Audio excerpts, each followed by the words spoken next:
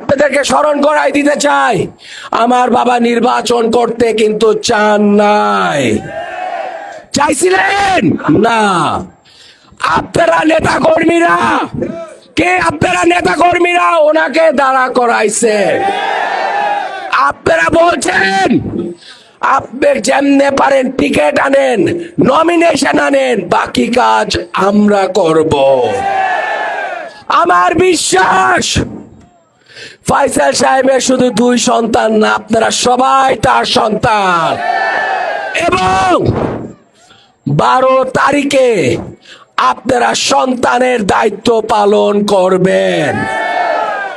আমি একটি কথা আপনাদেরকে আবার স্মরণ করাই দিতে চাই, ব্যাংকে টাকা আছে কিন্তু সে টাকা আপনি চিকিৎসার জন্য কাজে লাগাতে পারলেন না, সেই টাকার কোনো মূল্য আছে?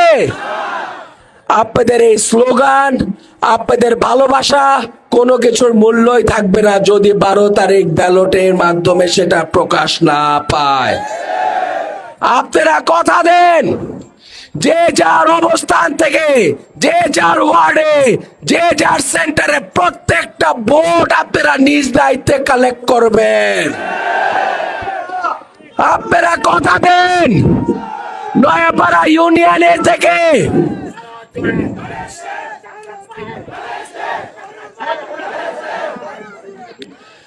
আমি বক্তব্য লম্বা করব না, কারণ এখন আমি মিছিল নিয়ে, এইটাই আজকে আমার শেষ মিছিল নির্বাচনী প্রচারণার, এবং এটা শেষ হবে আমার নয়াপাড়া, আমার বাড়িতে। আপনাদের সাথে আমি মিছিল নিয়ে আমরা সাপবাড়িতে যাব ইনশাআল্লাহ। সেখানে ফয়সাল সাহেবের কাছে আপনাদের পক্ষে, আপনারা যদি আমাকে সাহস দেন, আমি আপনাদের পক্ষে একটা সিদ্ধান্ত ওনাকে দিতে চাই। আমি কি সাহসটা পাই?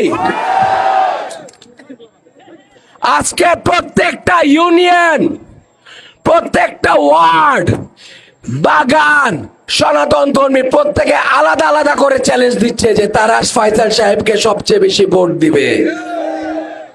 ফয়সাল সাহেবের বাড়ি কোথায়? বাড়ি কোথায়? নয়াপাড়া। নয়াপাড়া কি পিছায় থাকবে? আমরা কি সবাই ঐক্যবদ্ধ? নয়াপাড়াবাসী, মাধবপুরবাসী, আমি আহ্বান করছি, আমার বাবার এই নির্বাচনে আমি কোনো দল চাই না, আমি কোনো মত চাই না, আমরা সবাই ঐক্যবদ্ধ।